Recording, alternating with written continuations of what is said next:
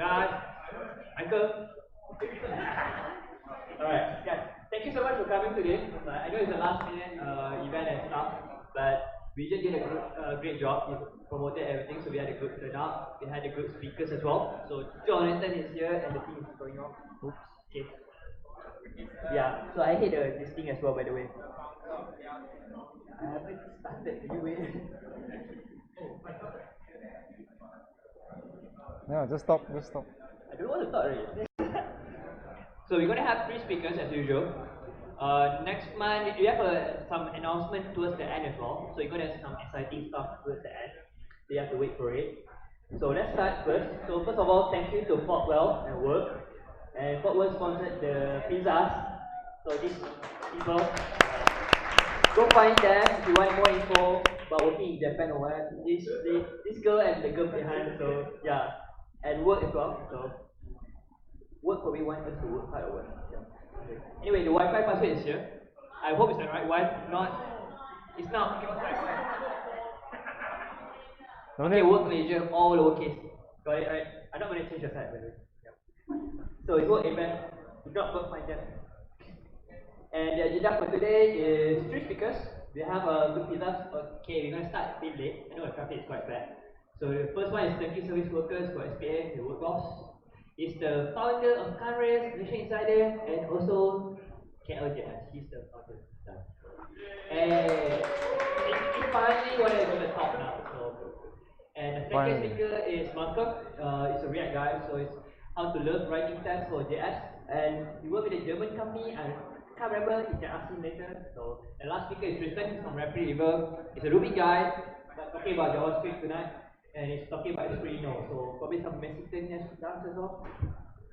So with that, let's welcome Jonathan for the first talk of the night. Nice. And go ahead.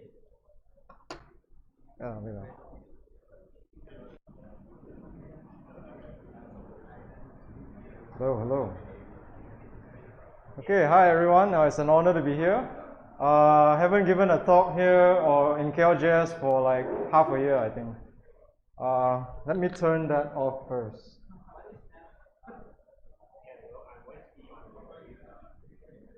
So you know, software developers, we stare at the screen a lot. You need a reminder to blink. That was what it was. So yeah, we started KLJS in 2016 next door in Next Academy, first floor. That was the first meetup. I think there were like 12 people there. So it's great. Now it's in good hands of Weijian and Tivanraj.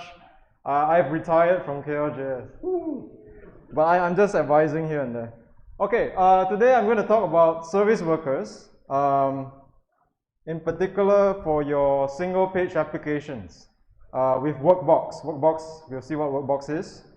And some common pitfalls to avoid while you are implementing service workers for your application. By the way, yeah, down there's a link to the previous talk I gave on service workers a long time ago, 2017. It's on Facebook. So in this talk, I'm not going to go into so low-level details as in that previous talk. It's going to be quite high level. So what is a service worker? Essentially, a service worker sits in between your app and the server. It's a middleman, it's a middleware, whatever you like it. So because it's the middleman, it can intercept requests between your app and your server. It can cache those requests. You can even change those requests as the response is coming in. So it's actually quite powerful. And because the service worker is really quite powerful, you need to use it with HTTPS in production. It won't even work without HTTPS. Why would you want to use a service worker? Is it a premature optimization? Well, it depends. The common saying is that speed is a feature. And if you're familiar with Webpack and your dynamic imports, without the service worker, when the user clicks on a new route, they will have to go and fetch it to the server and fetch it, and that will be increased latency. But with service worker, you can cache all your dynamic routes, and the user will see the new route immediately. And also offline first is another feature that can be done with service workers only. if you want to have your app work without an internet, the only way to go is service workers. So in today's context of this talk, we're going to talk about SPAs, or single page applications.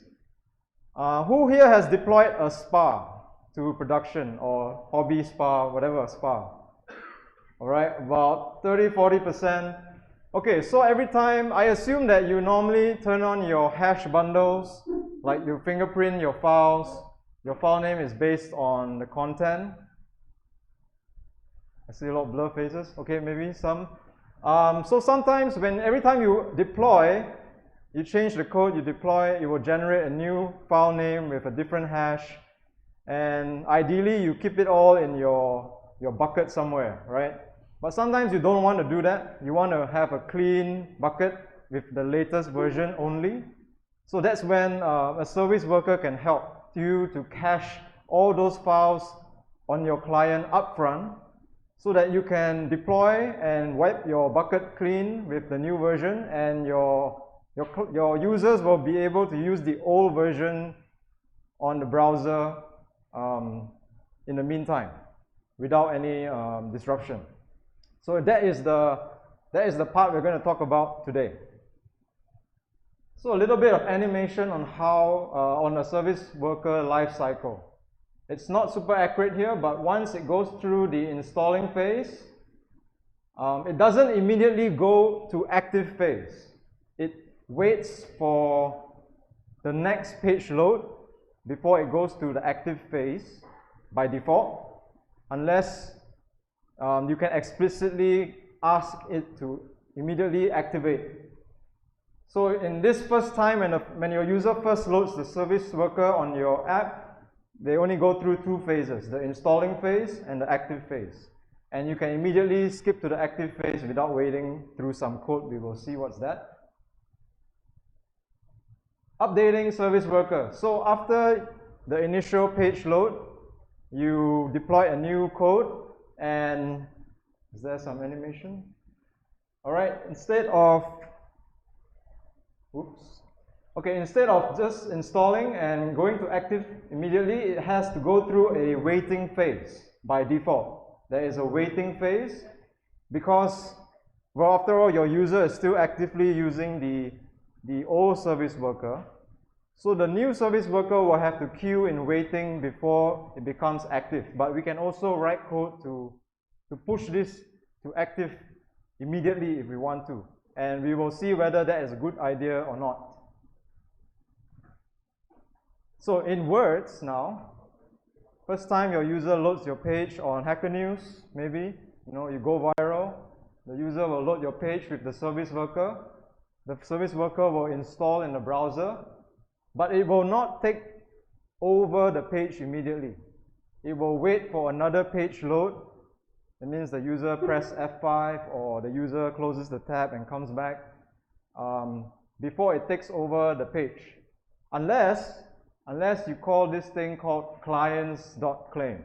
All right, clients.claim. So if you do clients.claim, the first time your service worker installs, you call clients.claim, immediately the service worker becomes active. All right. Okay, so you go home, you come back the next day, you push code, and new service worker becomes available. User navigates to the app again. So the browser will automatically try to detect whether the service worker has an update. So how does it know whether it's an update? As long as a single byte in your service worker JS file has changed, that means there's an update. A single byte, DYTE. So the new service worker will install, but it will wait before activating. We saw in the animation there's a waiting phase, unless you call this thing called self.skipWaiting. So in that case, when the user comes back, detects new service worker, and you call self-skipWaiting, it will immediately take over the page. Whether that's a good thing or not, we will see. So if you don't call self-skipWaiting, how does the new service worker get activated? The user will close the tab, and then when the user comes back, the browser will kill the old service worker and activate the new one. So in words, the life cycle. So some common SPA or SPA scenarios we will see. You either have your bundles with the hash at the back. Webpack will do this for you. You don't put your hash in the file name. So in this case, you are lazy loading these files from your server. So how do you end up with the 0.bundle or 1.bundle? You're basically doing, if you're basically doing this dynamic imports in your code, Webpack will automatically generate the bundles for you. Okay, so there's a problem with not using fingerprinting in your bundle file names. If the user opens the index page for a very long time, he goes to vacation, he comes back, and then he clicks on the new route. So when he clicks on the new route, it so happens that the new route needs 1.bundle.js, for example. But by that time, the user comes back from vacation, the 1.bundle.js has already changed in the server. So once that happens, if you are unlucky, your app just stops working. Most of the time it's fine, but there is a chance that your logic becomes incompatible with what you had before. So scenario A. Scenario B, you are a smart developer, you turn on fingerprinting, you put hash in your file name. This invites another trouble. For example, if the user opens the index.html for a long time again, okay, what's going on? He goes to vacation, he comes back, and he decides to navigate to a new route, and that new route is referring to the old hash you had from the week before he went to vacation. And you better hope that you have your builds in your bucket, that you left your previous builds in your bucket, because otherwise the user will see the white screen of death, and we'll see what the white screen of death later on. Okay, and these two scenarios can happen with or without your service worker. And so service worker can help to fix this problem, but it doesn't mean that if you don't use service worker, you won't face any of this. Or it doesn't mean that if you use service worker, all your problems go away. So it depends, all right? We'll take a look. Okay, this is the only promotional slide in this talk. I recently deployed service workers to my app, Conrails.com. It's like Trello alternative, and I'm using Workbox. I built it with Lit Element and Go. It's not built in Rails, despite the name. It's Rails because of railway tracks. Okay, don't ask me if it's built in Rails. I told you already. All right, this is my journey of putting service worker in Conrails. Okay, first of all, what is Workbox? It's a Google project. And it says here, it's a set of libraries to help you make progressive web apps. And in my experience, this is probably what you want to implement your service worker support. All right, time for a break. Okay, we're back. So in this talk, I'm not going to use Workbox API directly. I'm just going to use the Workbox Webpack plugin. So we are really high level, okay? So you just need to install npm Workbox Webpack plugin, import it in your Webpack config, and add it like any other plugin with no arguments. So with no arguments, it works fine. It will give you pre-caching. All your dynamic import bundles will be pre-cached in the browser. So let's take a look at some other configuration that you can give it. You can change the service worker file name if you don't like the default service-worker.js. You can change it to sw.js or whatever you like. And these two things here are the default. The default, if you don't set it, this is the default. The client's claim true, skip waiting false. And if you remember, client's claim is the setting to tell the service worker to immediately activate on the first load. And skip waiting is the setting to tell the new updated service worker to not need to wait for the old one to go away, but immediately just kill the old one and take its place. All right. So this is the default, and we'll see that it's actually pretty good defaults. Why they are good defaults. Okay, so I have this config and I'm happy, I'm done. I push my code to production and Conrails gets service worker support. So I faced a couple of issues. First of all is that the root path.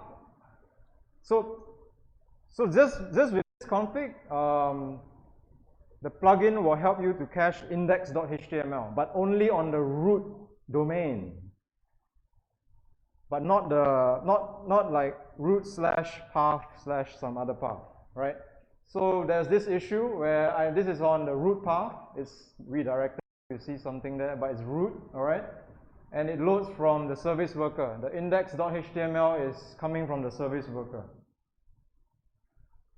It's a non-root path. You can see here /tracks/tracks ID. You can see that the index.html it's a 304, but it's actually coming from the network. So eventually what will happen is that your index.html will come from the server instead. And then you will get that mismatch in the versioning. So this is my first gotcha.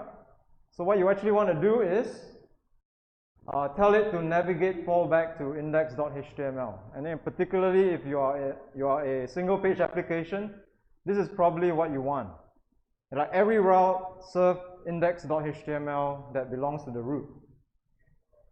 Why you would not want this? Sometimes you want some routes to have no service worker.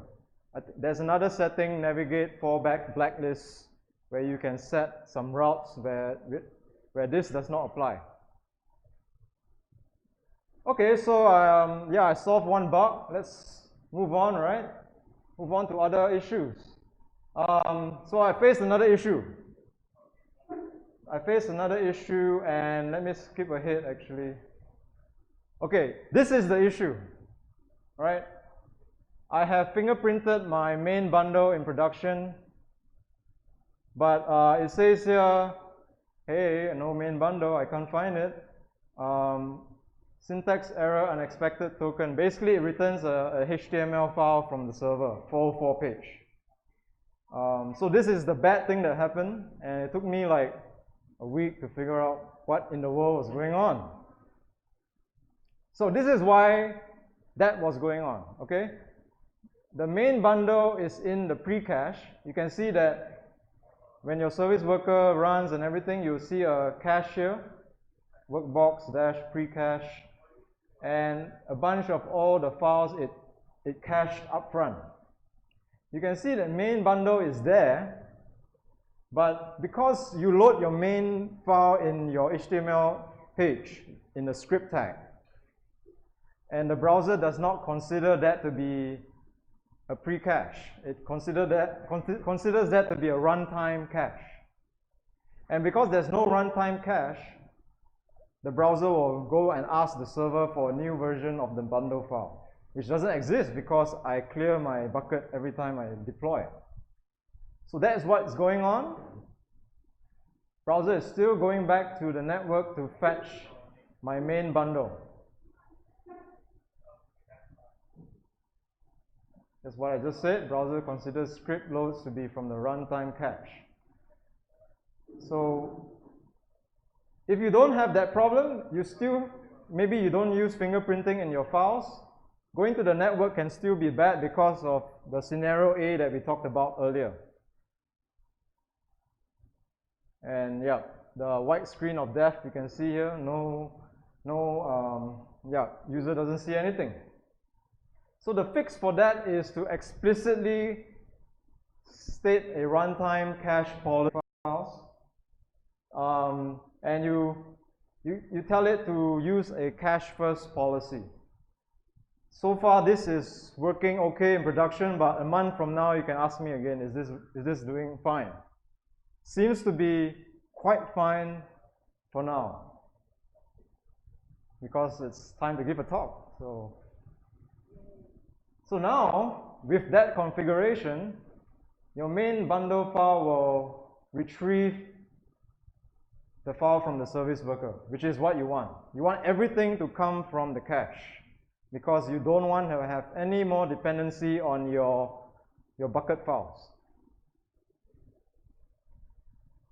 So when you state that runtime caching policy, Workbox will create another cache storage here, and you can see that it stores the main bundle there.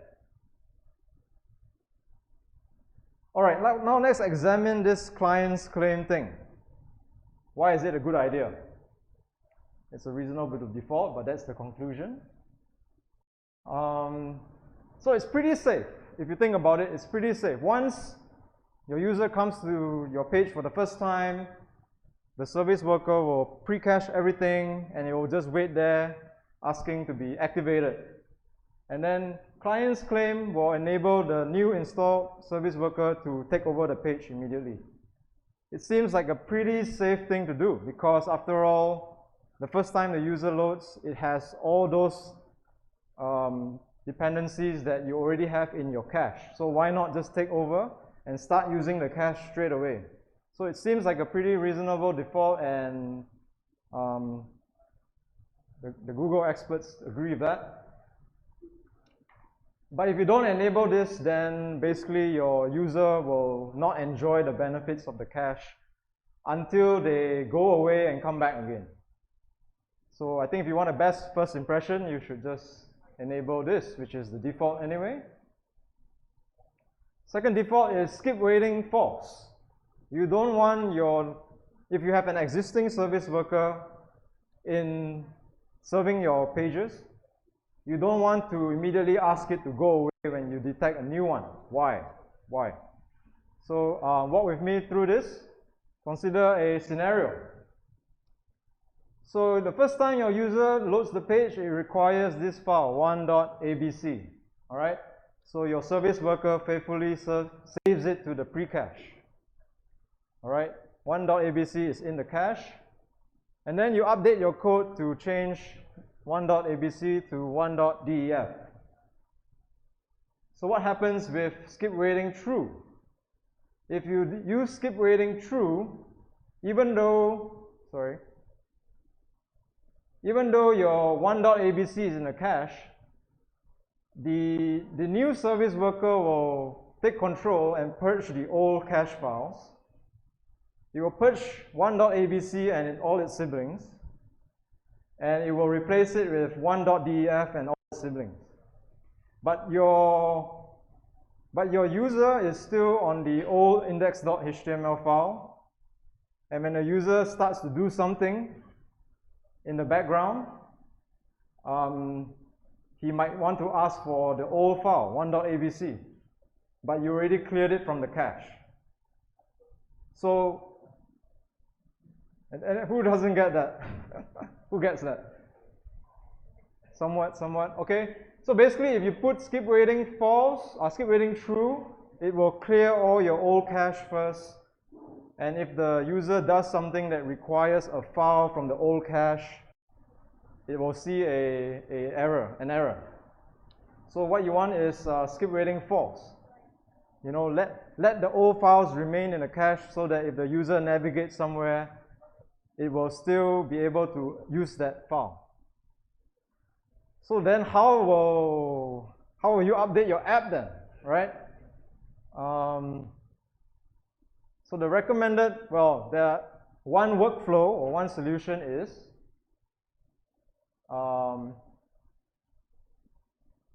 I skipped the part where how do you install the service worker in the first place. So the usual way to do it is not with Workbox. There's like browser API you can call. But I would recommend that you use Workbox because it's harder to shoot yourself in the foot. And if you use Workbox, you basically just use a script type module, import Workbox from the CDN, and then point it at your current service worker file and call register. This is the most basic way to get your service worker going. All right.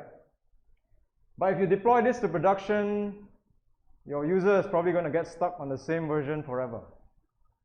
So the next part, how do you tell the user, hey, it's time to update? So I'm pretty sure some of you have seen some pages, especially those from Google. They tell you, please click here to refresh. So this is what's going on. You can ask Workbox to add an event listener called waiting, and this event triggers when a new service worker is waiting to be activated. And when a new service worker is waiting to be activated, you can then create a UI prompt, show a toast or a snack bar or something. And in the UI prompt,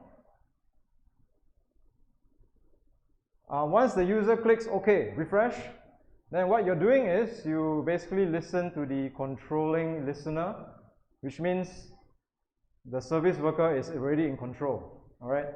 When a new service worker is already in control, you want to reload the page. So you're just adding a listener for that to happen, to do something when that happens, but you're not doing it yet. And then in the meantime, you tell the service worker to, skip waiting. Go ahead and activate yourself. Go ahead and activate yourself, and once you have activated your controlling, I will reload the page. And that's what's happening in the UI there. You click refresh, everything here is going on. So waiting, display UI, send skip waiting message. You'll see why skip waiting, okay? It's a magic phrase or something. Controlling, and then reload the page. So in ConRails, it looks like this. It's a toast bar with a refresh. Do I have time to show? Okay, you get what I mean, right? So I don't have to show demo. Okay, so I haven't shown you how or what serviceworker.js looks like. It's generated automatically for you by Workbox. So if you're curious, this is what is generated for you. So this is the skip waiting part. It will listen to a message, and then it will run the code to skip waiting. This is the client's claim true thing. If you put it to true, it will inject this code. This is the magic that allows it to cache. So basically, you see that it's the Workbox Webpack plugin just translates down to this file. If you want more power, you probably have to eject somewhere, but you're on your own with that. I haven't done it yet. Okay, so yeah, it's very bad, right? So service worker, if you make a mistake, even advanced engineers, senior engineers can make mistakes, and then your user gets stuck in a version forever, right? So what to do, right? We need to know what to do when something goes wrong, and we will go wrong. Option 1, support. Tell your users to clear your application. You probably won't do it, but as a developer, you will definitely do it. So I will show you how to do it.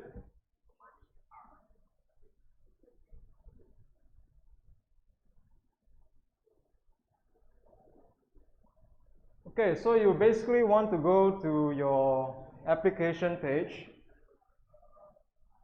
and there you will see that there is an activated service worker, and then there's a new service worker waiting in line to take over. And here's the refresh that we saw about. So let's try and refresh. And now we can see that the old service worker has gone away and the new one has taken over. And I'm not connected to the internet, so blank screen. So if you have access to your user's computer, which is very convenient but impractical, you can you make sure everything is checked, and then you just clear the site data, and everything will be fine again for that user only. So yes, it's hilarious, but I'm pretty sure you will need this for yourself. Next one. The second option is to keep like it just, all it does is keep waiting, and then everything else will go through the network, no cache, because there's no configuration there at all. So I haven't had to do this yet, but then again, I don't have many users yet, maybe. In words, what I said exactly in words, everything will end up going directly against the network, giving you the same behavior. What if you just decide you just want to remove all service worker, purge everything? So the third option is to kill it. All this code's from Stack Overflow, by the way. Your mileage may vary, all right? So yeah, ask the browser, give me all the registrations, and I'm going to unregister. I have no advice on choosing between these two, no op and kill. All right, so browser support is pretty good. If you don't care about IE 11, it's pretty good. Okay, and why does the code earlier I showed script type module? You can actually use that. Why? Because the support for script type module is pretty similar to service worker. So you can use script type module to do all that setup, because it's pretty much the same except for UC browser for Android and Samsung Internet, whatever that is, right? So it really doesn't matter. I think in practice, you can use script type module to register your service worker, because if this isn't supported, it probably won't support service worker as well. Yeah. Okay, yeah, that's about the time I have.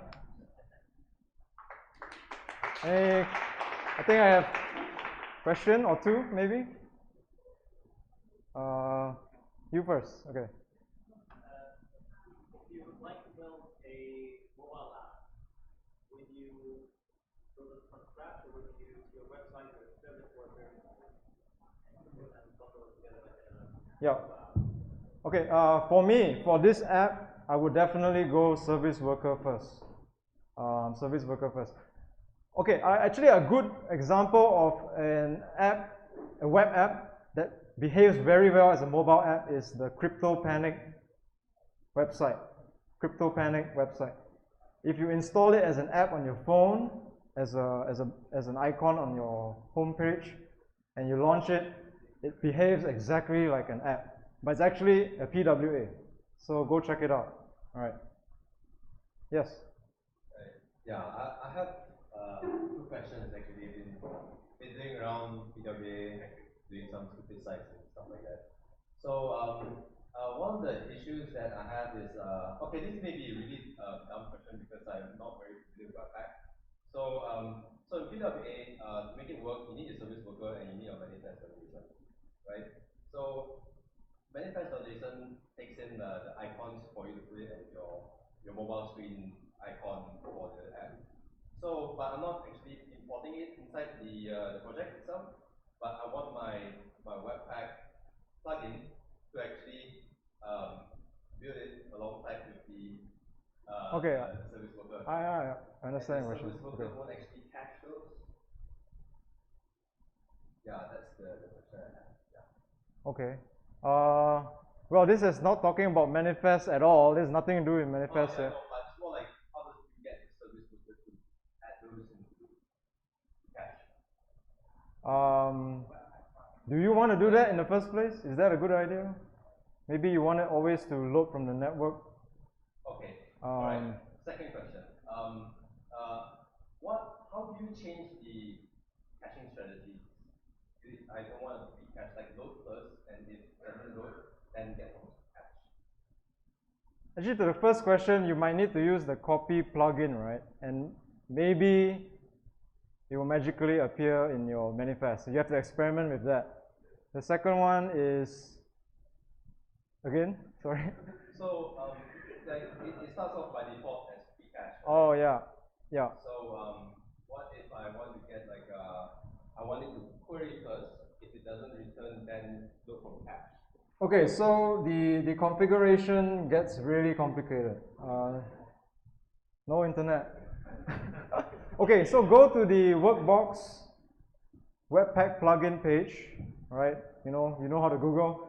It has a lot of configuration. It really gets really deep and really complicated, and I would advise you to not go so deep so fast. Yeah, just to stay safe. Alright, you guys can have a holiday. Yeah, anyway, yeah, I need to pass it over. Last question. Okay. Okay. How do I debug? There's a lot of guesswork going on. It helps to have, I use the Stackdriver JS library, so I do get errors on notification. If you have your own thing, you can use Sentry or whatever. It helps to have something on the front end catching your errors and throwing it back up to someone. Like, yeah. Otherwise, yeah, you're pretty much blind. So, okay, thanks a lot. Thanks, Jonathan. So you guys can catch him up after this, ask more questions, make your plan for zero.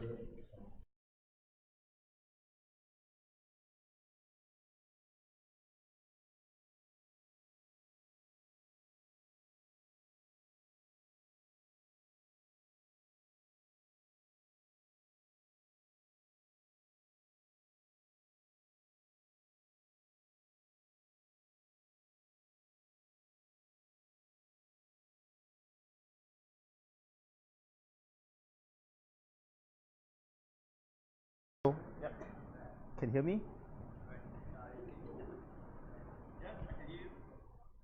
Can? The mic works, right? Oh, this one is for audience. Okay. Oh, okay. Thank you. Hello, hello. Hello. Yeah. Okay. Hello, everyone. I'm Malcolm. So today I'm talk about something. It's a bit controversial, which is about JavaScript tests, because I feel like a lot of people having love-hate relationship with testing, and then so actually this topic a bit in the beginning I'm a bit reluctant to talk about, but actually I think a few weeks ago I have this talk in my company, and somehow they say like, oh, the sharing is good, right? They make them rethink how they writing tests. So I think you may be interested to hear my thought on this topic. So yeah, every talk had to start with some caution to make it like very scientific. So about love JavaScript, and then on the other side you can write tests. You are people that write unit tests for JavaScript, or you don't. So I create a survey. So can you take out your phone, just key in bit.ly/test-kl, and then do your vote. So let me know which quotient you are in. So it's actually this diagram, A, B, C, D, E, F. Huh? Unit test. So it's, yeah, sorry, I didn't clarify in the beginning. I'm not talking dash KL. Yeah, dash KL. I'm not talking about manual tests, I'm talking about automated testing. Regardless, you are talking about end-to-end tests, unit tests. Okay.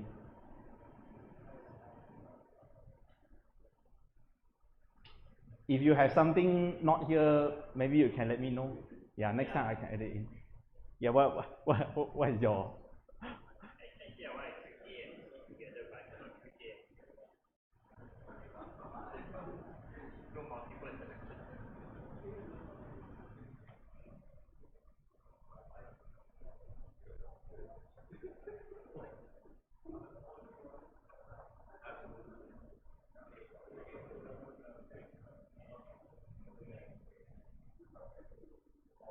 Okay. Okay, good. A bit surprised, but not very lah. So I can see most of you is in the category of love tests, but don't write them. I used to be in that category as well, and some of you, okay, hate tests and don't write them. Then write tests but neutral, don't write. Okay, so the one that write tests and love writing them, yeah, is a little bit, yeah, which is understandable. Write tests but hate doing it also some, okay. So maybe I just do some sharing. How was I go through this quotient? So in the beginning, I don't have feeling because I don't even know what was automated testing in the beginning. So then after I get in touch with it and I start to understand the idea, and then I start thinking, hey, this is very cool. So I start loving it without even write any single test. And then after that, in my last job, my boss is a very technical guy, and he said, you must write tests. I want you to have 80% test coverage. And then so I start writing tests, and I realized a lot of things only works in book. The book tell you, wow, this is great, but you start writing, oh man, what the hell is this? Then I go to that app. And then recently, I start like reading some articles, and yeah, I get some ideas, and I think now I'm at that category. Okay, I love tests, and I write them to the extent my open source side project, which doesn't have customer, I write tests. Yeah. So, okay, wait, I need to make sure how many people don't know what is test. And anyone never see a unit test? Don't be shy. Okay, yeah. Okay, then I will just quickly run through the example. So what is unit test? Automated testing actually is you have code that run some process, and then automated testing is you write the code that tests your code. Okay, so it's like self-testing code. So this is an example, HTTP event. And then what I'm doing here actually is I will check is the headers properties in this object, and then if it is, then I will try to look for the properties. Okay, if not found, then I will try to find case insensitively. So you pass down the event with a different case, then it still works. Don't understand is fine because that's not the key. So this is another file, which is my test. Usually the test would like you will import the function that you want to test, and then at the bottom here actually you will write your test. So usually you will set up some mock data, and then you will pass down to it, and then you will just expect when you run this, the result is this. As you run this, this is the result. So this is like a very basic test. So this is what automated testing is about. So it's supposed to do what a manual testing does, because your software engineering process usually have like you design, develop, always there's a test. But it used to be a manual test. So now we write code to do that process. Okay, and then the second purpose of writing automated testing is, for me, is like it gives you confidence. So when you change some code, you can, by looking at the test result, you will know whether you screw up or not. So there's this book called Working Effectively with Legacy Code. So he gives a definition of so-called legacy code. It says a code without tests is called legacy code. Why? Because a code without tests is a code that you are not confident to change. That's what we call legacy code, because legacy code is the way like, well, everyone don't want to touch them, right? You know there's some functionality there, so instead of extend the function, you say, okay, never mind, I'll copy paste and change the function name, I'll use my new one, I'm more confident. Yeah, this is what legacy code is about. And tests, actually, you don't have tests, this is what your code is going to be. It's start to become a legacy code. And so usually, sorry, what's the time now?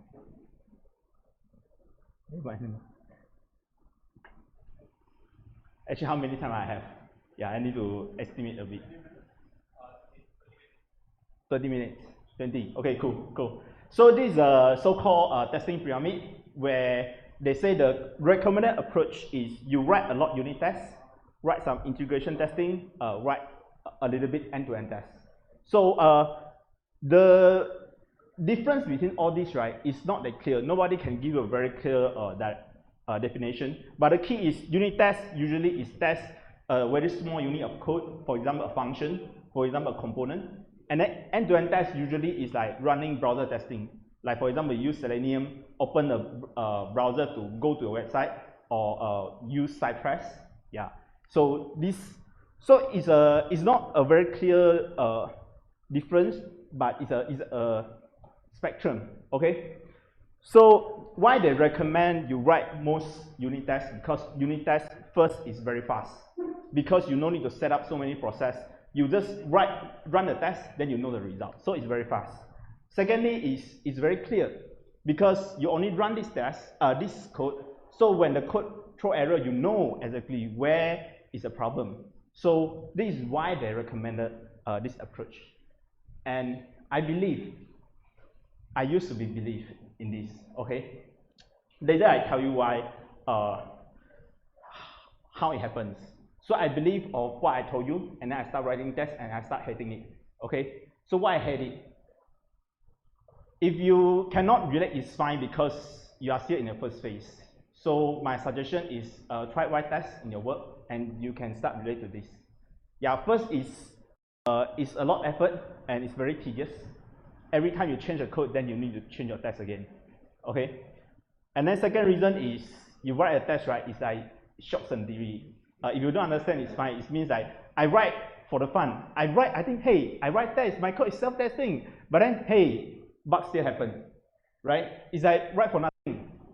So the second reason I don't catch my bug. So this is the third reason. A lot of people, I think, my colleague, he write tests, but he say he can understand why some people think like this. Like, if you are a good developer, your code should be very clear. You read it, you can understand how it works, right? What you need to write a test. Some people say, hey, if your code need to write tests to verify, means there's a bad code.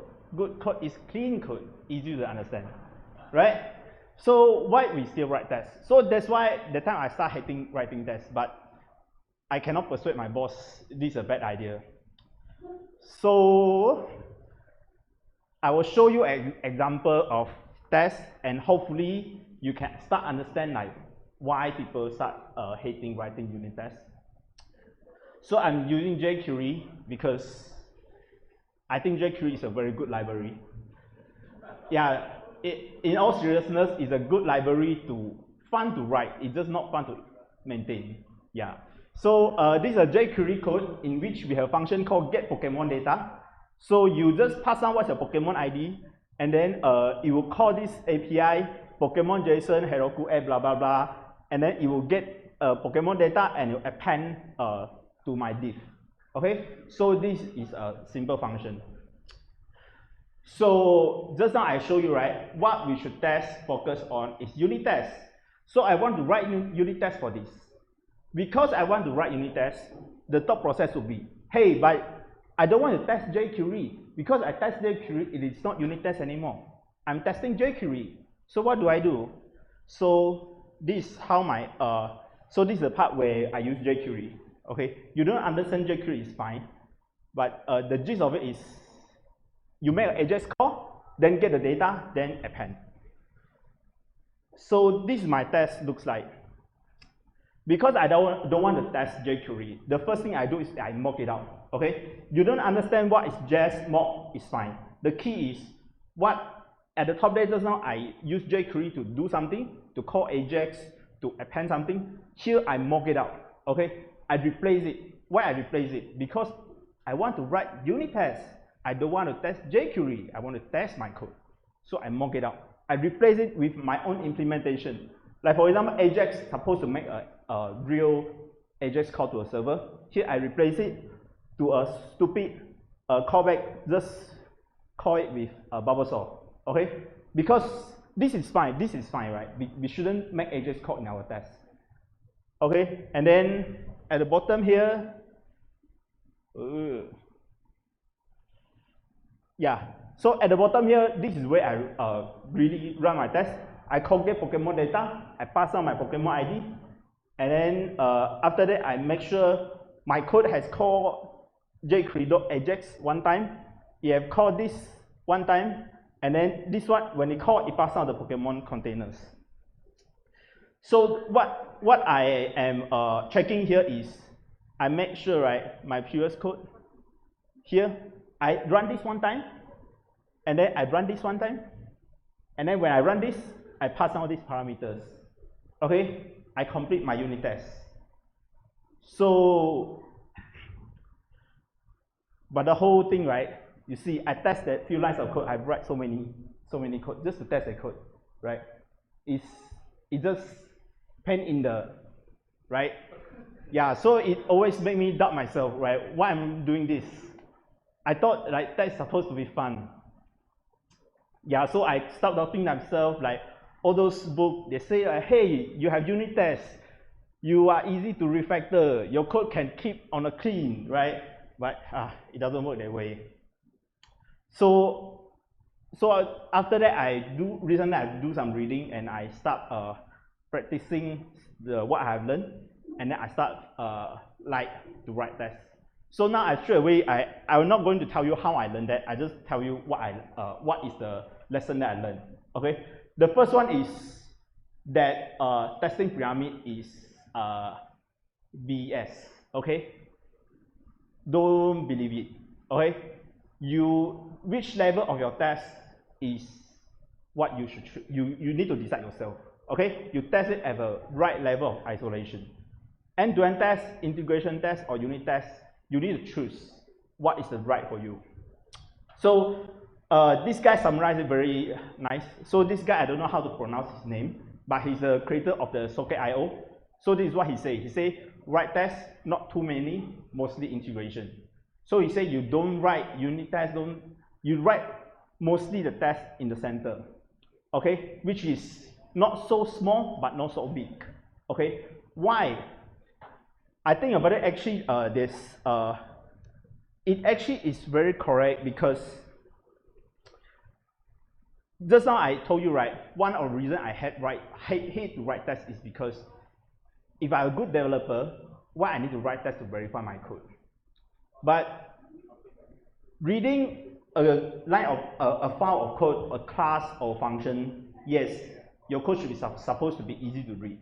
But if you have many functions, do you think any human can really run through all of this in their mind? Cannot, right?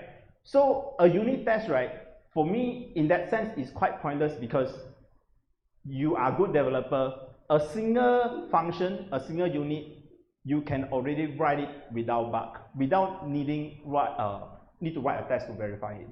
But when you have many units, that's where your brain cannot process anymore. And that's why you should write tests.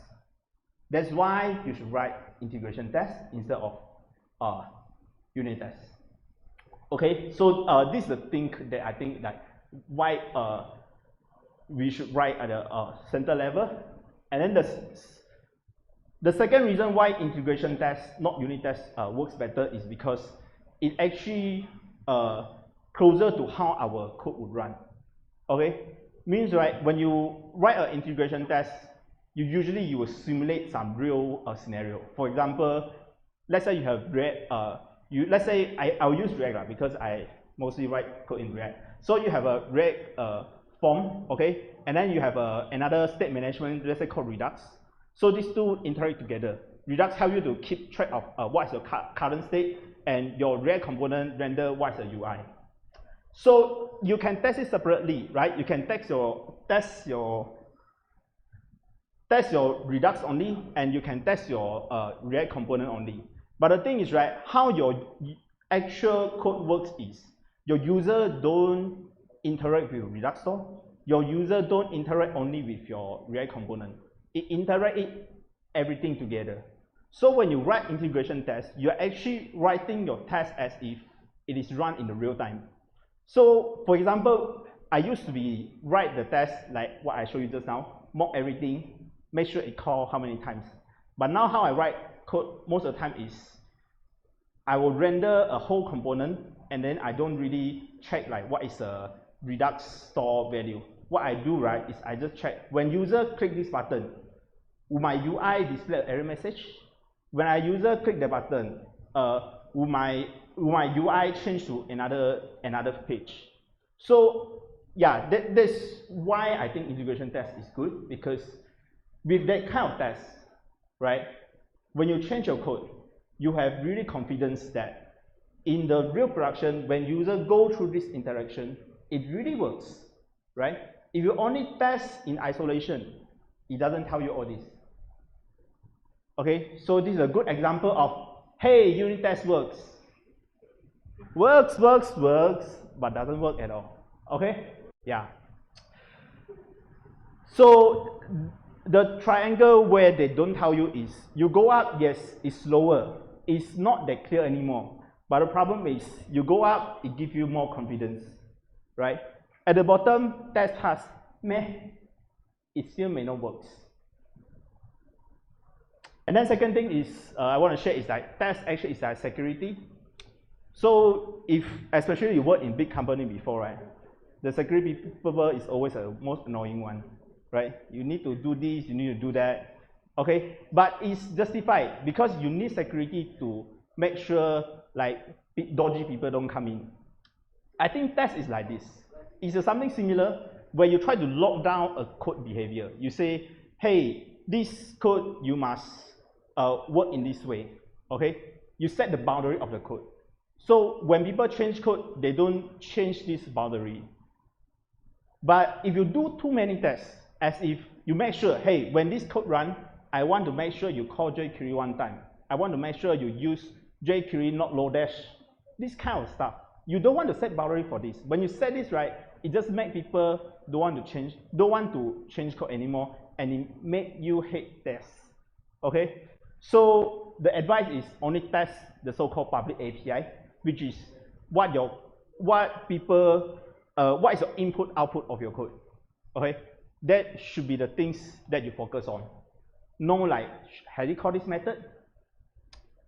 So Andrew Clark, this guy is a guy in Facebook maintaining React. Yeah, I always use React example. So he say, right, the wisdom is that you have unit tests actually make refactoring slower. But I say for React case, actually it make the refactoring faster. Why? Because he say because their test is actually testing the public API. So when he know all those tests pass, right, means users are not impacted. But internally he can just change whatever he wants. And he said, yeah, that is why we say should only test the public API. Yeah, this is why. Because it doesn't slow you down and it can give you confidence. But yeah, but you should test your private API the parts where you don't feel confident. Because like I say, right, it's just like security. Where you think is not safe, then you add some boundary there. For example, one type of code I always write unit test, even its unit, is any code that use regex. Yeah. And then how many time I still have? Huh? Time's up. 5 minutes. Okay, cool. So the next thing is we should look at tests as a code as well, because technically it is. So which means we need to use our good practice in tests, which is, for example, we say that don't repeat yourself.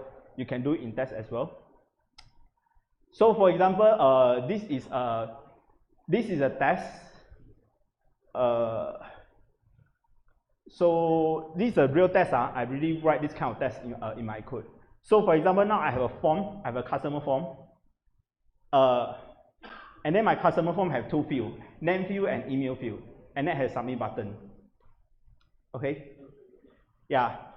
So you don't really need to understand what this code writing, but I just tell you what each line is doing. Here I render a customer form.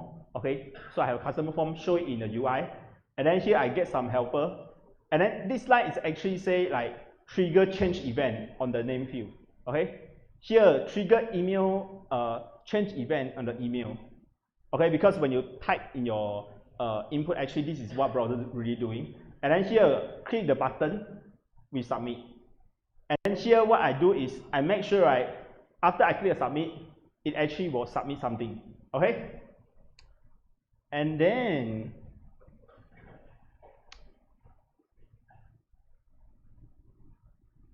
I have the negative scenario. So this form is supposed to do validation. If I submit with invalid email, it should show me some error message. Okay. So here I put in my name, and then same I put in my email, but I put invalid email, and then here I click the submit button, and then here I make sure I can get a test display as email is invalid. Okay.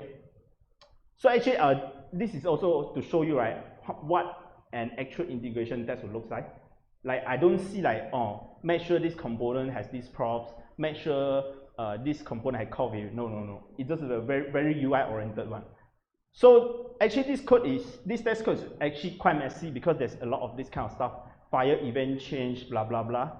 So what I can do it better is, which is my common practice, is my tests usually start with something called like setup something. For example, this I'll have setup customer form, and then I put all my code just now here. But I would do a little bit of abstraction. So just now I just call this change event with a hard code value. So now I create some helper function, and then I will return it. And then in my actual test, this is my actual test now. Now it's much more clear to read. I call setup customer form, and then here I just input name, input email, submit. And then here is the same. I set up customer form, then input name, input email, then submit. Yeah, so we can apply like some helper to make sure our code is easier to read. But at the end, it's all trade-off, right? So like we always like to say there's no such thing as best framework. There's no such thing as best technology. It's all trade-off. I think test is the same. Like today, what I share with you is some people's opinion, but a lot of people also disagree. But I think the key point here is like you need to determine like a lot of stuff, like what people told you. You should question them, like why unit test is better, why integration test is not more suitable for my case, right? So last thing is give it a try. So when I share this with my colleague, and actually in the beginning, I myself is a bit skeptical because this like, hey, what the hell is this? Like people from the Agile, they create the Agile manifesto, they say unit test is a right way, right? So my advice is you give it a try. Give it a try in your actual code, try to write some tests, and then you will start love it when the moment it catch the bug that you didn't expect. And then the second time is when you do a big refactoring. So I actually have a side project, I create a demo e-com site. I use Redux because I love Redux. And then, but people are talking about MobX nowadays. So I try to switch it to use MobX. And I tell you, I didn't rewrite any single test in my code. Okay? And the thing is, when I switch it over, all my tests pass, I'm very confident that, yeah, it works for most of the case. Because the way I write my test is really simulate a real scenarios. And this is why I think like this approach actually works, and I highly recommend it. Okay, thank you.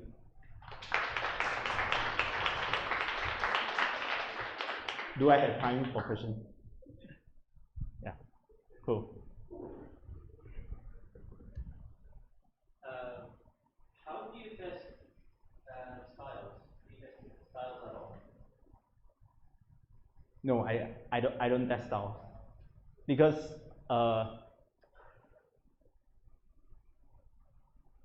maybe there is a way, like for example, some people like say you do screenshot testing and then you try to div it, but I don't know how you can test style, because for me, right, when I write tests, most of the time what my concern is the business logic and the flow. So this is where I focus my test on. And yeah, style actually I cannot give any comment. And in terms of integration testing, basically what you showed was using Jest and I believe enzyme observer, which is great. But how do you deal with, let's say, third-party libraries like charting, like that uses canvas as change? They don't necessarily use React as its core. They use some different things, and it might render differently depending on the data. So how do you test against that? Okay. So for that case, right, even in my company, we use web component, okay? And web component is like, you cannot really simulate in our JS. So actually, yeah, that's the part where I still cannot find a good solution. Most of the time, what I do is I still go back to the old way of testing, is I render it, then I make sure, right, my web component actually receive all those attributes and properties. Yeah.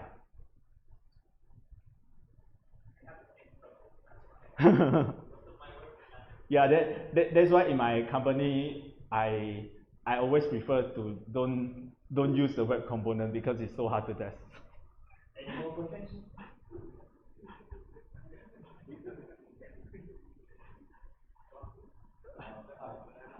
Just now you have mentioned that you test more on the integration test level. So have you ever met with a situation where your test passes in test, but it fails in production because of something wrong in your unit test? So have you met that condition before where like, it passes in the test but fails in production? And how do you like solve the problem where what you only know is that it was in the integration test level? Okay. Wow, this is a very generic question. Uh, I think no matter what test you write, right? No matter what test you write, like even you use Cypress, you use what do you call Selenium, right? You still would have bug in production because there's like many permutation that it could happen. And the thing is, right, what we are doing here is the test in our own laptop, and your user laptop maybe use like different one, or they use IE, right? I think all those things, yeah, I can't really give you an answer like how to prevent it because there's just no way. But for me, it's like some bug is not because of compatibility issue. It's just because your code it just doesn't work in that scenario. And for me, like integration test is really help me to simulate those scenarios.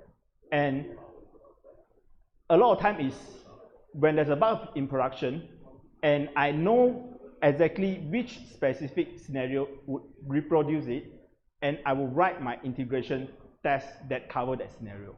Yeah, this is my practice lah. But I still cannot give you a good answer that how to prevent it to happen in the first place.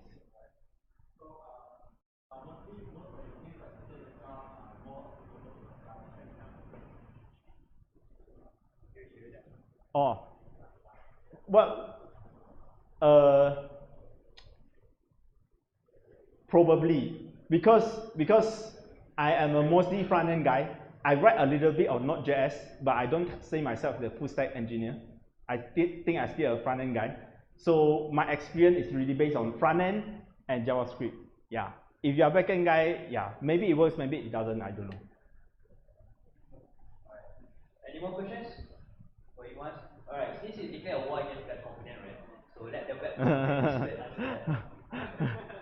that. So yeah, web components. I use web components. I use lead element, which is web components. But actually, like a lot of frameworks can compile to web components, including Angular, not Svelte maybe, Vue.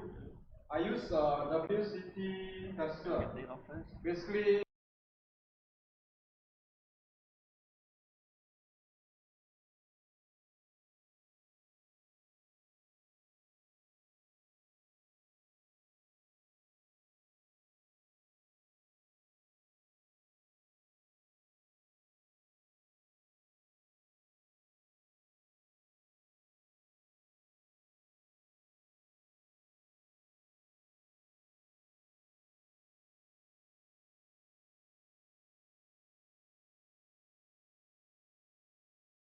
Third speaker. Yay! Is Tristan Gomez. We're working with the Rapid River. Hello. Obviously, is Rapid River Yes, hiring? we are Yeah, we're hiring. talking with Yes, them. we are. So he's going to talk about Esprino. So yeah, go Esprino. ahead. It's Esprino. It's JavaScript in the real world. So yeah, you mentioned it. I am Tristan. You can find me Parasquid everywhere else on the internet. Um, I'm a software engineer at Rapid River. And you probably came to the talk wondering what is Esprino. These are Esprino boards. That's the Pixel.js, that's the Esprino Wi-Fi in the middle, Pico, the two USB thingies in the middle. That's the Esprino original. That's the Puck.js at the top, the colorful ones. These are microcontrollers. And so you might be wondering what is a microcontroller doing in a JavaScript meetup. And Esprino is actually a JavaScript runtime for microcontrollers. It's an interpreter for microcontrollers. It makes software. I'm not sure how many of you actually have programmed a microcontroller before, probably Arduinos. Good, yeah. Uh, it can, especially if you start working with SDKs like FreeRTOS, for example, for the ESP32, just compiling the whole SDK with the Wi-Fi, Bluetooth stacks, etc., including your code, it takes like a long time. And this, because it's interpreted, it makes everything a lot faster to prototype something. It's open source and it's also open hardware. So it uses like some of the Esprino boards use the STM microcontrollers. There are ESP32 and ESP8266 ports as well. They're not part of the official boards, but because it is open source, then there are community supported ports there. It was made by Gordon Williams. If you want to know more, you can go to esprino.com. And you might be wondering why would you want to run JavaScript on a microcontroller? Well, we started off with JavaScript in the browser, and like everything was well and good. And then we had JavaScript in the server. Like, of course, everyone said, why would you run JavaScript in the server? But eventually it happened, and then now you can run JavaScript in the desktop, then JavaScript on mobile, and apparently you can run JavaScript in CSS. So it's really a slippery slope. So the only real answer here is why not, right? You'll have JavaScript on the fridges, etc. But really, why JavaScript? It's because it's actually event-based. If you've done, so the people who have done microcontrollers, right, you'll probably do like the simple blinky, the LED blinks every 1 second. That's great. You delay every 1,000, and then now if you have two LEDs and they're actually out of sync with each other, you want one to blink every 500 milliseconds, the other 700 milliseconds.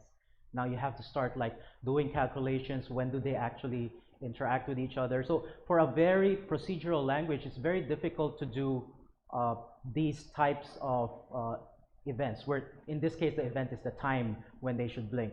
And JavaScript is very well suited to event-based programming because it was event-based from the very beginning when it was designed. It's a lot friendlier than C and C++. It's also still widely used. So the de facto programming languages for microcontrollers will be C and C++. If you're doing Arduino, that's actually a C, but with some Arduino stuff on top of it. There are JavaScript developers, so this introduces microcontrollers to the rest of us who don't want to learn C because it's very archaic, very difficult to get safety correctly, but we still want to program it. And it's interpreted instead of compiled. You'll see later what is the advantage of an interpreted language versus a compiled language. For one thing, it makes prototyping a lot easier. It makes changing the code while it's running a lot easier as well. And the difference with the interpretation and the compilation is that because microcontrollers have a lot more powerful CPUs relative to its memory. If you have a desktop computer, you have like 2.5 gigahertz in your CPU, and you have like 64 gigabytes of RAM. That's a lot of memory compared relatively to your processor. Whereas for microcontrollers, so in this case, this is an ESP32 with a Arduino form factor, so you can put shields on top of them. It has 520 kilobytes of RAM. That's like kilobytes, not even a megabyte, like half a megabyte of RAM.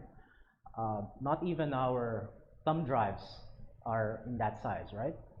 Like I was in a mall yesterday. I was trying to find an 8 gig SD card. No, the smallest that we have is 16. Like, whoa, okay. It uses a dual core microprocessor, 240 megahertz. And comparatively with the amount of RAM, 500 kilobytes versus 240 megahertz, the processor is so much faster, which is why interpreting code is a lot better than compiling it, putting it all to memory, which then just destroys your memory because everything is there in order for a microcontroller to execute it. In this case, the microcontroller can just read the instructions, do it, and then just throw away the whatever was uploaded because memory is more important than processor speed. This particular unit has 4 megabytes of flash memory, so you can save stuff in there. So you can save the program, the runtime for Espruino is saved there as well. And then it has Wi-Fi and Bluetooth low energy. So I will be showing you some demos with the ESP32 board, but I would actually, so it is not an official Espruino board. It's open source, so yeah, there's a community port, but I wouldn't recommend that you actually go through it unless you want to tinker. I had a lot, before, while I was preparing for this talk, I had a lot of issues with like the compiling the SDK, making it upload, etc., because it's not fully supported the way the official boards are supported. So if you would want to play around with it and you don't really want to play around with C, compiling your own SDKs, etc., I would recommend that you order the official Espruino boards from the maker because it supports him, it supports the project. Everything is open source and open hardware, so they don't actually make money out of people installing Espruino on like cheap boards like ESP32. But they do make their money on like hardware sales and of course support, company supports, etc. All right, so let's do a demo. All good? Yep, okay. Let me bring this out. Okay, this is a web IDE, by the way. Let me see. Let me see if the webcam thing works. Sorry. Yeah, I probably need help. Hmm? No. Just probably like this.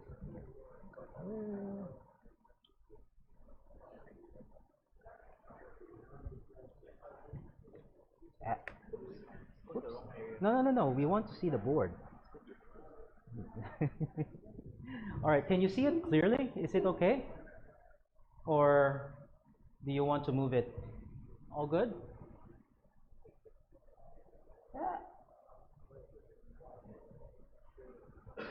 All right, so yeah, so this is the board. I think you can see my hand. Okay, out. This is the board. This is the ESP32, the chip itself. It's actually this small. The rest of it is just the Arduino form factor. So let's put on like the hello world of microcontrollers, which is the Blinky. And I will do a small comparison as well. Yeah, I think so that I have to keep on putting it down. Yeah, okay. Where is the...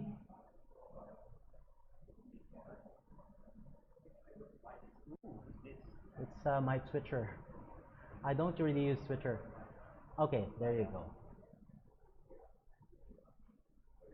It's my small wiki. All right, I will copy this, paste it here. All right. So this is how you would write Blinky on using JavaScript. You set LED 1 to pin 2. So again, because it's not an official Espruino board, the mappings are not set in the source code because they really can't control which GPIO pin the LED is on. There's a toggle. On is not on. Basically, it just toggles between the true or falseness of that variable. You do a digital write. This was taken from how Arduino does it. And you do a set interval. I'll show you later how you would do it in Arduino. So you upload the thing. No. First, I have to connect it using USB, sorry. First step. Yes, first step.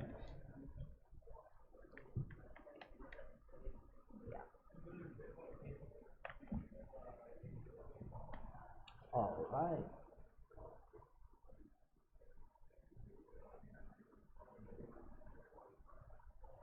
Okay, So now we have the hello world of microcontrollers, the Blinky. Yay! Yeah. Woo!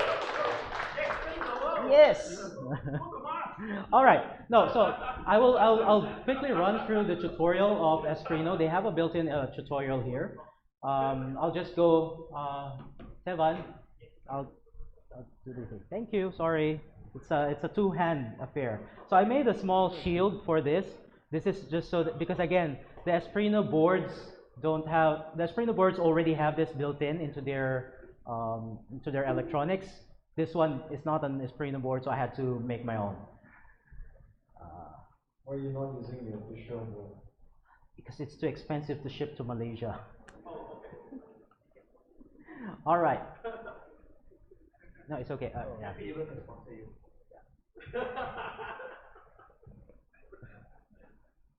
They sponsor lunches.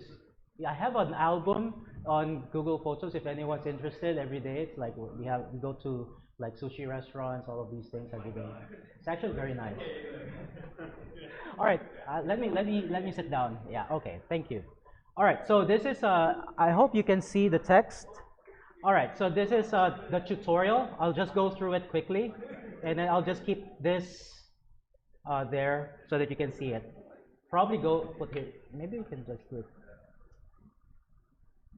Maybe I'll do it like this. All right, yeah, that's better. All right, so it's JavaScript. So if you type 1 plus 2, if I can just get my cursor, it's equal to 3, right? So it returns 3. It's fine. So it is JavaScript. Like if you do this in C, it's not going to return anything because you have to return the thing. You can do I don't know, how does Rust do it? Do you have to return a value in Rust? NAN, not a number. All right, so you can do a digital write. So I'll clear this out first. Okay.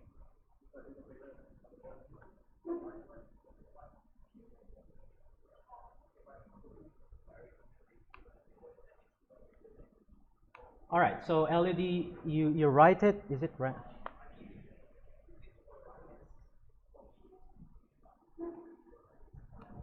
And you can turn it off. So it's digital write 1 or 0. Is it all good? It's okay. You can probably see it from here. Yeah, it goes. So now you can also do what's called an analog read. For the people who have done Arduino analog read, you can set a particular pin to detect voltages when a voltage comes in or not. So in this particular wiring, the button is a normally open button, meaning it's by default open. And then if you close it, it is connected through 3.3 and to ground. So you complete the connection, voltage flows through, and the pin is detecting that particular voltage. So in this case, it's open right now, but I have to define what BTN is first. It's on pin 26.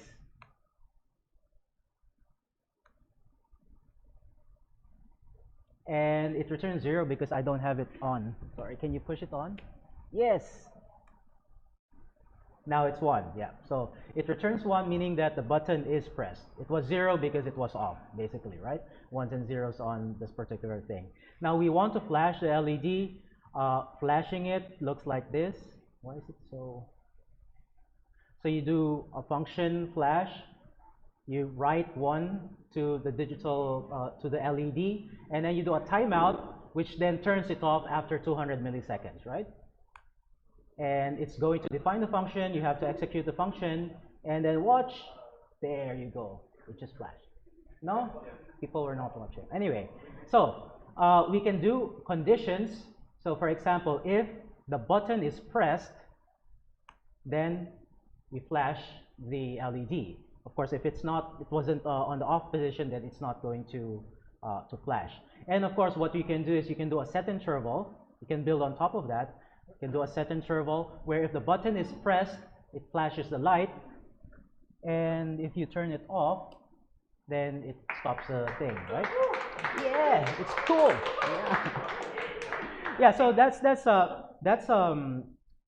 one way of doing it. Sorry, yeah, that's one way of doing it. Now, what to make it more interesting is that this is all like local, but we're all web developers. So why don't we connect it to the web, right? So again, I mentioned this has Wi-Fi and Bluetooth, so we'll just do web for now. So again, so for comparison, for those that were not programming, you set pin mode. This is the normal blinky sketch in the Arduino example. You do a digital write and you turn it off, etc. You do a delay, basically. Let's do this.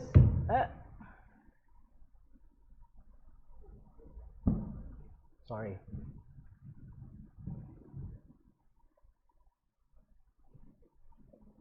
Sorry. I'm concentrating on copying the thing. Yeah.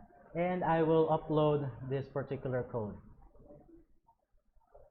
You'll see here at the bottom, it's uploading. It's actually a large thing. So what it actually does is as it uploads, the interpreter is executing it or storing that particular function. I'll do a reset because otherwise I have to put in the Wi-Fi. Sorry. What's the password for this again? So this is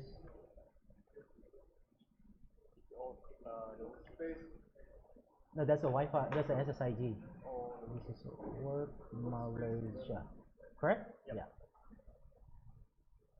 Upload. So as you can see, this is just normal HTML. Yay! All right. Okay. Now, what is our IP? 1020. I already have it.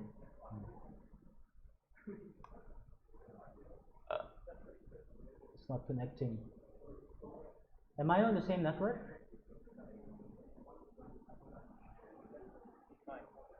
No.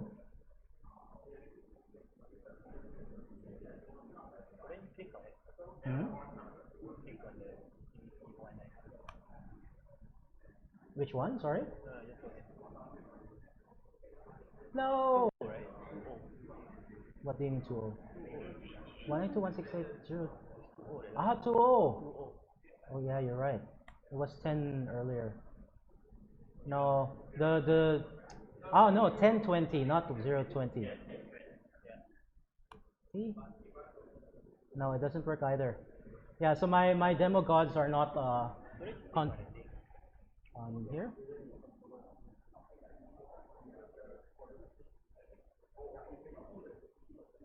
Let's see if we can reset it. But anyway, it was working this afternoon. Probably because a lot of people. So again, I'm trying to connect to the Wi-Fi through the Wi-Fi. So if a lot of people are connected, so just a very small device, we are not going to be able to connect. Oh no, it's working! Yay! Woo!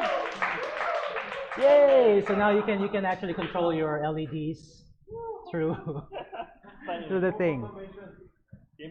Yes, demigods, help me. Is it actually working? Yes. Okay. So now you can unclick, submit. Now it's off. And you can control it through LED. Yeah, but then what's the use of controlling LEDs? I heard someone saying home automation, right? So we have a relay here. Yeah. Can you take it for me? I'm not allowed to play with 240 volts here, so I'll just use a small battery. But this is a relay. So this if you've heard your car when you're turning your lights left or right, like if you use turn lights, then you'll hear this song, like the clicking song, clicking sound. Those are actually relays. So this consists of an electromagnet. You'll have particular portions here called normally open, normally closed, and a common. So you put this in series with your circuit, and when you send a signal through one of the wires. It turns on the electromagnet, completes the circuit, and then allows electricity to pass through. So it allows a microcontroller to control 220 volts. But in this case, we're only controlling 3.7 volts because yeah, I'm not allowed to play with mains electricity. I will just quickly connect this.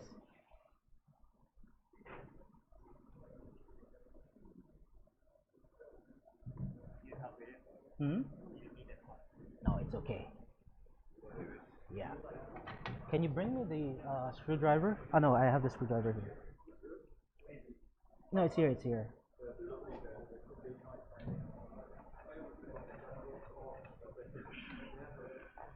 I'll go home earlier. Going once, going twice, how much? How much is what? It's everywhere sponsored. Talent fee? Oh, which one? What? How much is what? The talent fee or what? How much is that? Ah. The set. Oh, Entire thing, how much? the entire thing? How much is Oh, that? like 50 ringgit probably? Yeah. 50 ringgit. The original? The Esprino boards. The guy is at the UK, so it's probably the Pico is probably about 20 pounds GBP. Whatever. 20 pounds. Pounds, right? GBP is pounds. Yeah. Okay. I didn't even. I know it's going to be expensive because they don't have like China shipping is free shipping from AliExpress, but yeah. I have a Okay, yeah. question, like, Yeah. what cool things do you build with it? Probably not yet built, but I want to do some home automations on this. So this is I have a question. Is this a node runtime? no, it's not. So Esprino is a sorry. Esprino is a so it's actually an interesting question because this goes into the question of what is JavaScript, right? Is it the JavaScript V8 runtime, or does it, as long as it speaks JavaScript? So you can't really use Node. It has some of the Node.js APIs. It mimics some of them, not everything. It does not do the V8 engine, etc., or the Chopra engine, or etc., because it's too much memory usage. But I probably killed it. Because I put it on the wrong voltage. But anyway, so the microcontrollers don't have enough memory for it, so it's not going to be there. Any more questions?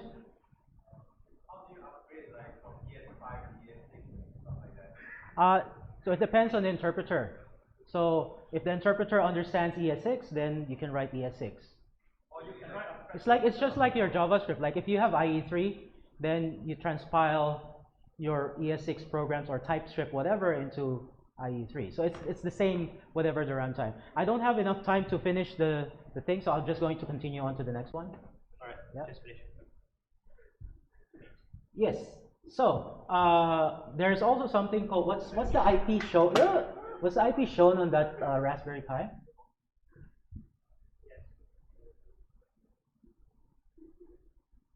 The one that is not 169. 192.168.10237. 237? Yeah. Okay. So there's also something called Node-RED. So the ones that are for home automation, you probably saw MQTT. So I don't have enough time to get the whole thing set up. But imagine that this actually like clicks and I'm doing the mains power there, right? You can have like LED on or off. You can have it like you can have tweets. That's why I was ready with the Twitter here. And you can tweet it. It goes to the MQTT input. You have an MQTT output, and then this subscribes to that topic, and it can parse the thing. I can quickly show the code. I'm not going to upload it anymore. We don't have enough time. But so basically, you create an MQTT subscription to the MQTT server, parse the topic. If it's one, then you already know how digital write works. It does not turn on the LED. It's actually like creates a voltage and does and sends the signal there. So if it doesn't have to be an LED, it can be a relay, and you can turn it on or off. And of course, it doesn't have to be just Twitter or like click on the buttons. It can be sensors. So for example, if the temperature goes down a particular level, then you can have it as a trigger to make sure that you turn on your dehumidifier or your air conditioner or your fan. Or even location, if it detects that you're nearby, you can have a particular condition for that. All right, then we'll continue on. So I mentioned in the beginning, right, and we were all excited about Hello World. So this is actually a framed Hello World by Ryan Kernigan. So Hello World is not made by him. There's probably a lot more Hello Worlds from before, but he made it famous with a KNR book, the C programming language, right? And this has become the canonical hello, like first thing that you write to make sure that the program runs, or like whatever your compiler runs. And I really like this because even though it's very simple, like it's a hello world, as you can see, we started off with the hello world of microcontrollers. Then we built on top of it. It was a web server, and then we built on top of it, became a relay, and then we built on top of it. Now we can have a full home automation server. So it's the Blinky, like, because we as JavaScript developers, we do forms. We just have our programs talking to other programs or talking to web browsers, etc.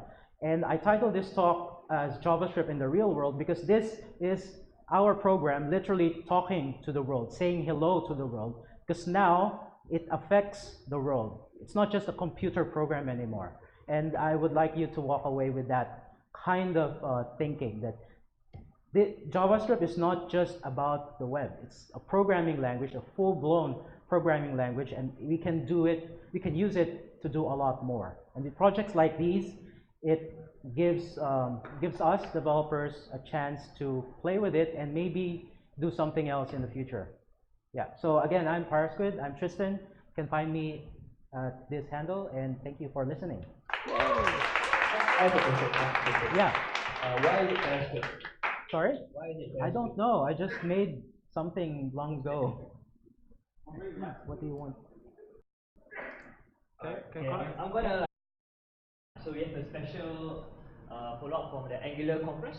So we're gonna have a combination, co-organized with KLJS, Who Will Code, and Junior Dev. So you're gonna be 8 speakers from Angular conference itself. You're gonna be there, so you can like interact and talk to them, ask questions. They're gonna do a short talk as well. It's gonna be at Microsoft Office, which Menara Shell, KL Central. 7:30 Monday, July. So this is gonna be a KLJS July meetup. So you can take picture of this, or if the cable is working. So yeah. Anyway, yeah. Okay, cool. So before I start to go to see again, that's about it. And just we're gonna announce the meetup registration gonna be on the meetup page by Junior Dev. So I will share the link on the JS group. So just share, just put going there. You're gonna take RSVP from there based on that. They're gonna be sponsored by Microsoft as well. So they're gonna be 8 Angular speakers. It's not. Yeah, 8 from the conference itself. So if you can't afford a conference, come for the meetup. It's a mini conference. Yeah. And shit, I hate this. So while this is happening, the relay works. Yay! Yeah. Yay! And it's okay. So basically, the other announcement is. Wait, give me some time. Yep. Alright, cool. Should be working. Okay. Yeah, JSConf is happening. So we are still, if anyone want to help, just come out, reach out to us. It's going to be on 2nd week of March. What? Sorry, 2020. I'm sorry about that. I was just testing whether you guys speak or not. So it's too late already, you know. Yep, it's 2020 by the way, sorry. You need a time machine for that. Yeah, sorry about that. But if anyone want to come and reach out to us. Thank you everyone. Before that, anyone, how many people going to do a job shout out? Anyone going to do a job? Okay. No? Anyone not hiring? No one, everyone stop hiring already? Okay, I'm just going to pass the mic. Well, they have 2 minutes to say something. Something to work in Japan, I think. So yeah. Hi guys, my name is Rubina. How's your night so far? Is it good? You want to give another round of applause to all the speakers? It was really lovely. Thank you. So of what Forkwell does? Do you have a guess? Okay, Japan. Well, Forkwell came all the way from Tokyo, Japan. And myself, Ravina, and Hoisan over there, we're part of the global team. So Forkwell is catered for software developers, and right now in Japan, they have over 20,000 software developers. They use this platform to get jobs. So right now, Japan is actually looking towards global talent. So we as the team, we're trying to build a community, whether it's in Malaysia. Hoisan is going to Russia tomorrow, so that's interesting. The following week, I'll be in Bangkok. We're trying to build a community for software developers. So you can move on to the next slide. Yeah. So, I mean, has anyone been in Japan before? Me. How many? Maybe you can raise your hand. Who's been to Japan? Only two? Who would actually want to go work in Japan? No. You would? Okay. What's your name? Michael. Don't tell him, boss. Okay, guys, so Michael's a bit shy, don't tell his boss. Well, he's the only guy who put his hand up. He wants to work in Japan. Now, why would you want to work in Japan? Look at all the pretty Japanese ladies. Okay, that's not really a valid point. Do you have another valid point? Eat Japanese food. There is a lot of lovely Japanese food there. So Japanese companies right now, they're facing a huge national crisis. So the average age in Japan is really high. So they're looking towards hiring younger talent. So that's why we've even got the government involved and our company, Forkwell, to bring more talent to Japan. So that's the sole purpose. Okay? And if you do join Forkwell, there is a free tool for developers to actually analyze their coding skills. All you have to do is connect your GitHub repositories, and it will create like a visualization of your skills. So it's for free. So if you're interested, you can even scan the QR code here, and yeah, just have more opportunities. Thank you. It's sponsored a pizza, by the way, so for the first time we had leftovers. Anyway, anyone else? Any shout outs? Anything going on? Any interesting stuff? Any companies hiring? Everyone stop hiring already?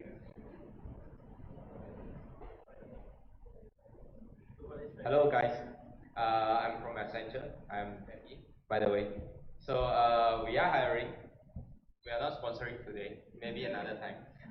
So we are basically full stack developers, and we are in the digital entity of Accenture.